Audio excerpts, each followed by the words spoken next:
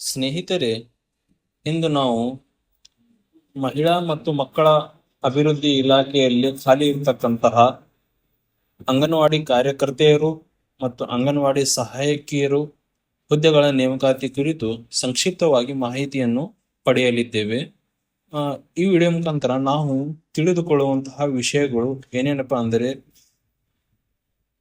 ಹುದ್ದೆಗಳ ಸಂಖ್ಯೆ, job location ಅಂದರೆ ಹುದ್ದೆ ಯಾವ ಜಿಲ್ಲೆಯಲ್ಲಿ ಖಾಲಿ ಇದ್ದಾವೆ, ಎಲ್ಲಿ ಭರ್ತಿ ಆಗುತ್ತಿದ್ದಾವೆ ಅದರ ಕುರಿತು, ಹುದ್ದೆಯ ಹೆಸರು, ಆಮೇಲೆ ಹುದ್ದೆಗಳು, ಆಮೇಲೆ ವಿದ್ಯಾರ್ಹತೆ, ವಯೋಮಿತಿಯಲ್ಲಿ ಸಡಿಲಿಕೆ, ಆನಂತರ ಅಪ್ಲಿಕೇಶನ್ ಫೀಸು, ಸೆಲೆಕ್ಷನ್ ಪ್ರೊಸೆಸ್, ಆಮೇಲೆ ಇಂಪಾರ್ಟೆಂಟ್ ಡೇಟ್ಸ್, ಇಂಪಾರ್ಟೆಂಟ್ ಲಿಂಕ್ಸ್ ಅನ್ನು ಈ ವಿಡಿಯೋ ಮುಖಾಂತರ ನಾವೇನೈತಲ್ಲ ತಿಳಿಯೋಣ.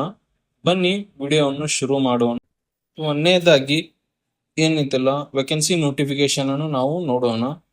ಇದು ಗುಲ್ಬರ್ಗಾ ಜಿಲ್ಲೆ ಅಥವಾ ಕಲಬುರಗಿ ಜಿಲ್ಲೆಯಲ್ಲಿ ಇರ್ತಕ್ಕಂತಹ 299 ಹುದ್ದೆಯ ಕುರಿತು ನಾವು ಮಾಹಿತಿಯನ್ನು ನೋಡುತ್ತಿದ್ದೇವೆ. ಜಾಬ್ ಲೊಕೇಶನ್ ಗುಲ್ಬರ್ಗಾ ಜಿಲ್ಲೆ. ಹುದ್ದೆಯ ಹೆಸರು ಅಂಗನವಾಡಿ ವರ್ಕರ್, ಅಂದರೆ ಅಂಗನವಾಡಿ ಟೀಚರ್ ಅಂತಾರಲ್ಲ, ಅಂಗನವಾಡಿ ಕಾರ್ಯಕರ್ತೆಯರು ಅವರು ಮತ್ತು ಹೆಲ್ಪರ್. ಅದೇ ರೀತಿ ಅವರಿಗೆ ವೇತನ ಏನೈತಲ್ಲ, ಆ ಡಿಪಾರ್ಟ್ಮೆಂಟ್, ಕರ್ನಾಟಕ ಸರ್ಕಾರದ ಡಿಪಾರ್ಟ್ಮೆಂಟ್ ಏನೈತಲ್ಲ, ಮಹಿಳಾ ಮತ್ತು ಮಕ್ಕಳ ಅಭಿವೃದ್ಧಿ ಇಲಾಖೆ, ಅವರ ಮಾನದಂಡದ ಪ್ರಕಾರ ಏನೈತಲ್ಲ ಸ್ಯಾಲರಿ ಇರುತ್ತದೆ. ಇನ್ನು ಅಂಗನವಾಡಿ ವರ್ಕರ್ 61 ಹುದ್ದೆಗಳು, ಅಂಗನವಾಡಿ ಹೆಲ್ಪರು 238 ಹುದ್ದೆಗಳು, ಒಟ್ಟಾರೆ 299 ಹುದ್ದೆಗಳು ಇರ್ತವೆ. ವಿದ್ಯಾರ್ಹತೆ ಏನೈತಿಲ್ಲ, ಅಂಗನವಾಡಿ ವರ್ಕರ್ ಪೋಸ್ಟಿಗೆ ಅರ್ಜಿ ಸಲ್ಲಿಸುವವರು PUC ಅಥವಾ SSLC ಅಥವಾ ಡಿಪ್ಲೊಮಾದಲ್ಲಿ ಉತ್ತೀರ್ಣಗೊಂಡಿರಬೇಕು. ಅದೇ ರೀತಿ ಸಹಾಯಕಿಯರು ಅಥವಾ ಹೆಲ್ಪರ್ ಏನೈತಿಲ್ಲ SSLC ಉತ್ತೀರ್ಣಗೊಂಡರೆ ಸಾಕು. ಇನ್ನು ಏಜ್ ಲಿಮಿಟ್ ಏನೈತಿಲ್ಲ, ಕನಿಷ್ಠ 19 ವರ್ಷ, ಗರಿಷ್ಠ 35 ವರ್ಷ.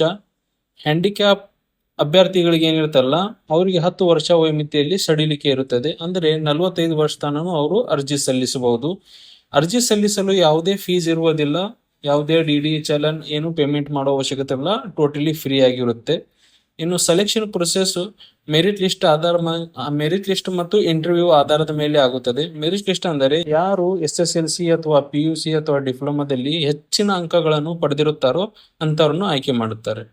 ಇನ್ನು ಅರ್ಜಿ ಸಲ್ಲಿಸಲು ಪ್ರಾರಂಭಿಕ ದಿನಾಂಕ 10/7/2024 ಇದ್ದು ಕೊನೆಯ ದಿನಾಂಕ ಏನೈತಿಲ್ಲ 10/8/2024 ಇರುತ್ತದೆ.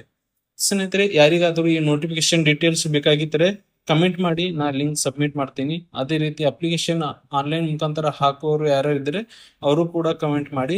ಅಪ್ಲಿಕೇಶನ್ ಆನ್ಲೈನ್ ಸಬ್ಮಿಟ್ ಮಾಡುವಂತ ಲಿಂಕ್ ಅನ್ನು ನಾನು ನಿಮಗೆ ಕಮೆಂಟ್ ನಲ್ಲಿ ಸಬ್ಮಿಟ್ ಮಾಡ್ತೀನಿ ಅಥವಾ ಕೊಡ್ತೀನಿ. ಓಕೆ, ಈ ವಿಡಿಯೋದಲ್ಲಿ ಇಷ್ಟೇ. ಮತ್ತೆ ಸಿಗೋಣ ಮುಂದಿನ ವಿಡಿಯೋದಲ್ಲಿ. Thank you.